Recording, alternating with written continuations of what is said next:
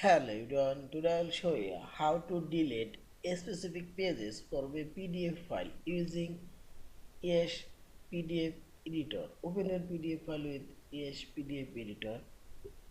Now select pages option and also click on this page thumbnail option.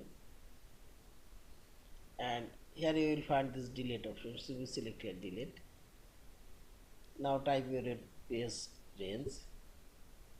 I'll delete page number 1 already type and page number 4 type comma and simply select OK and see this page number 1 and 4 already gone.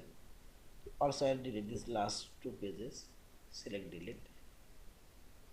There's total page number 6 and I'll select 5 to 6 and type comma.